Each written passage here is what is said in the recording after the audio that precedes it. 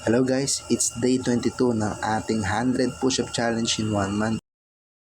So today sobrang busy tayo kaya ginabi na naman tayo for doing this challenge. But although pagod na, we know that consistency is the key. Kaya we never make excuses para mag-skip at sayangin itong araw. Sinimulan ko na ang gawin ng ating 100 push-up challenge by doing 20 reps na talagang sinagad ko yung range at lalim na kaya ko para mas maging effective ang gain sa aking chest. And no kidding, talagang naramdaman ko agad yung init sa chest muscle ko at agad-agad ko na-feel yung pressure. Totoo nga na madali at mahirap ang push-up, pero depende ito sa form, depende ito sa kung paano mo ginagawa yung push-up, tama ba o mali. And after these 20 reps, nagpahinga na nga ako, and then usually ang rest ko inaabot ng 30 seconds hanggang 40 seconds until ma-shake ko yung muscle ko at maramdaman ko na kaya ko na ulit. So in this next set, sa next na saba ko, I still have the strength para ipilit na ayusin yung form ko. But right at this moment, medyo worried na akong biglang pumasok si mama at maiga. Actually kasi dito lang din kami sa sala natutulog.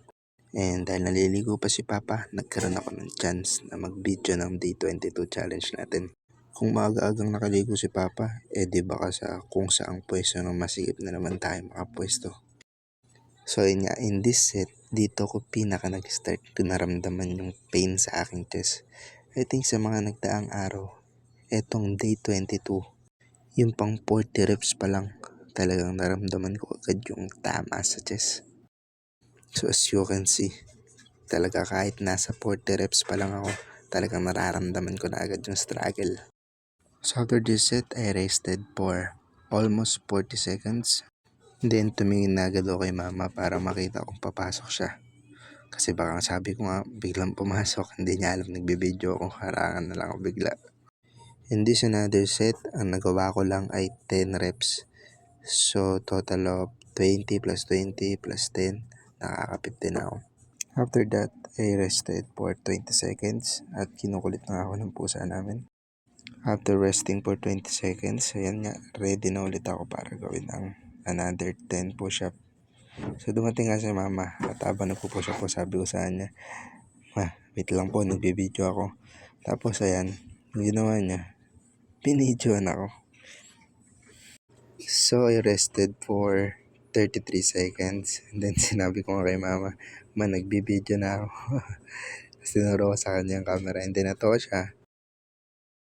So ito nga palang mama ko, isa sa pinaka nag-motivate sa akin bakit ulit ako nagbalik sa workout.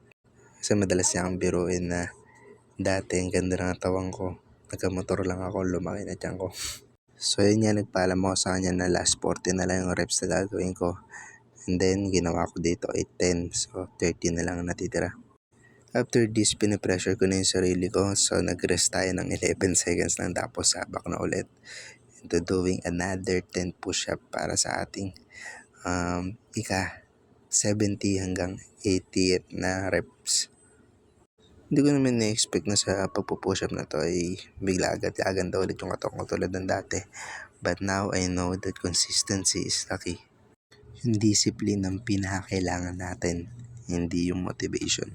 Kasi yung motivation, kumbaga, madaling mapanis, pero yung discipline parang isang kandilang tuloy-tuloy yung pag-alab. So, after resting for 45 seconds, medyo mahaba kasi pagod na talaga ako dito.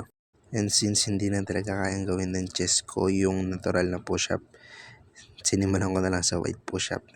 Another 10 ito para sa stretching out na rin ng ating chest. So, it's almost done. Last 10 na lang. Nagpahinga lang ako ng ilang segundo para bumalik ulit. And then, nag-flex pa ako dyan.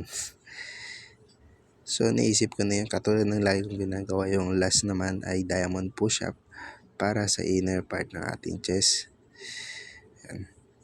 Dito talaga, sobrang nag-struggle na ako. And I don't think na matatapos ko pa siya dyan. Pero, akala ko bibigay ako ng mga 98 or 99, pero nakikita niya, pupush ko talaga dyan. Makita niyo agad sa facial expression kung gaano kahirap para sa akin gawin at tapusin yan by doing diamond push-up. This exhale really express a lot. Tapos ayan, tinry ko pa nga mag push up pero talagang dalawa na lang kaya ko. Ayun, thank you for watching. God bless sa inyo.